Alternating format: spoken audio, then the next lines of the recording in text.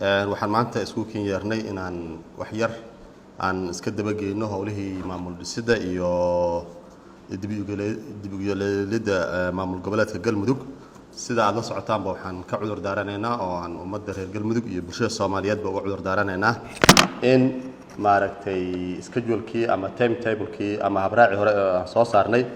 oo sidii hore noogu suurtageli waayay sabab la xiriira cilado farsamo iyo howlihii wada hadallada iyo dib u heshiisiinta ee ka dhaxeeyay ummadda Galmudug dhexdeeda gaar ahaan arrintii ahlus sunna wal jamaa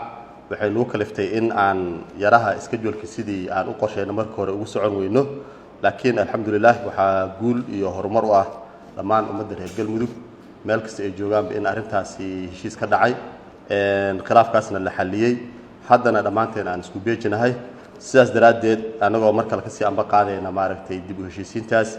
iyo midnimadaas ummadda reer Galmudug waxaan rabnaa inaan la wadaagno ummadda Soomaaliyeed iyo gaar ahaan bulshooyinka reer Galmudugba habraaca ama jadwalka cusub ee shaqadu noogu socon doonta haddii Alla idmo laga bilaabo maanta oo ay tahay taariikhdu 19 bisha December 2019 ilaa 23 bisha December 2019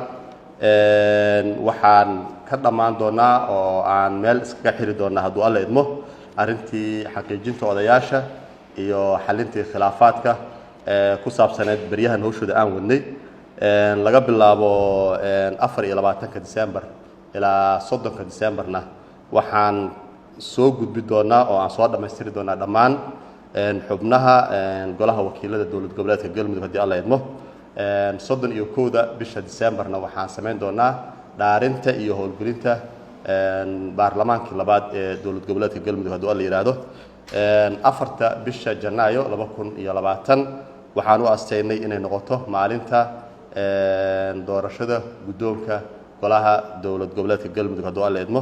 9 bisha Janaayana waxaan u asteynay inay noqoto maalinta doorashooyinka madaxweynaha iyo ku-xigeenkiisa haddii Alla idmo intaas ayaan doonaynaa inaan ummadda Soomaaliyeed iyo bulshada reer Galmudug la wadaagno waxaan ka cudur daaranaynaa oo aan mar koobaad iyo mar labaad ku cudur daaranaynaa ciladii farsamo ee nagu timid iyo dib u dhici yaraa waa mahadsantiin wassalaamu calaykum waraxmatullaahi wabarakaatuh